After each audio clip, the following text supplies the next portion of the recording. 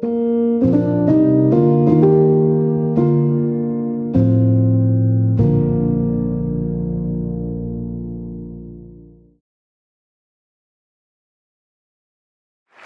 next storyteller is Jon Wilson of Brooklyn.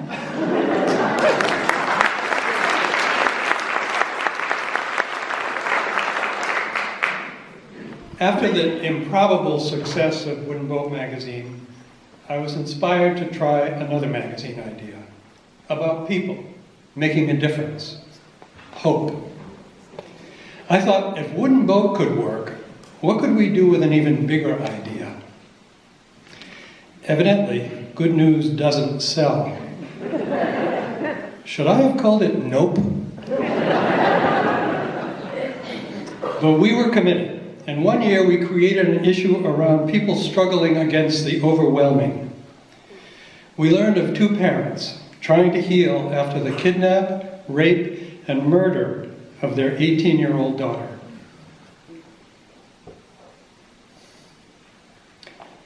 On a June night in Grand Rapids, Minnesota, Karen was walking home after an evening out with friends. Two 24-year-old men prowling in their car spotted her, sped up to her, forced her into the back, and drove 23 miles away to a deserted place they knew. They put her through a hell beyond description.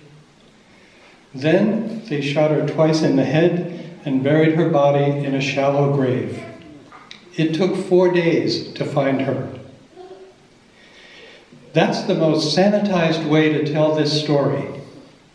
It doesn't begin to describe what her parents, Don and Mary, had to learn and to live with. The trials happened quickly. The men were sentenced to life in prison. Don and Mary were already serving their life sentence. Time slowed to a crawl, but after a couple of years, Don began to think about talking with one of the killers. He needed some answers to questions like, why? How did you become capable of this? Such talking was all but unheard of then, but the offender was willing. So it took some preparation with a facilitator, and they did end up talking in what was called a victim-offender dialogue. When I read about them, I could hardly believe it. Could I do this if I were Don? Probably not. Would Don talk to me about it? I held my breath and called him, and he was willing. My first question was, how do you do this without wanting revenge? Then I spent an hour listening to him. It seemed almost as if he'd had no choice. He was a therapist, but when Karen was murdered, he lost his ability to care about his client's problems. Basically, he couldn't work. And finding anything resembling peace was impossible, even for a faithful Lutheran aware of his church's call to forgive. He couldn't separate forgiving from condoning. At that point, I wasn't wondering how he could forgive the guy. I was wondering how he could keep from wanting to kill the guy. Full disclosure, I hold grudges. Like so many survivors, he wanted to forget about the men, but he also wanted to understand. Yet, how do you understand intentional, vicious brutality against your daughter? I was feeling dizzy as I listened to him. It turned out that the facilitator helped him identify what he needed to express and what he needed to know. He did get some answers, mostly about the offender's misguided life, which excused nothing. There was no sense, no explanation, no understanding to be found. There was only depravity. No wonder Don was still working on forgiveness when we talked. Anguish like this leaves survivors feeling isolated. Lots of us can't bear to hear about such violence.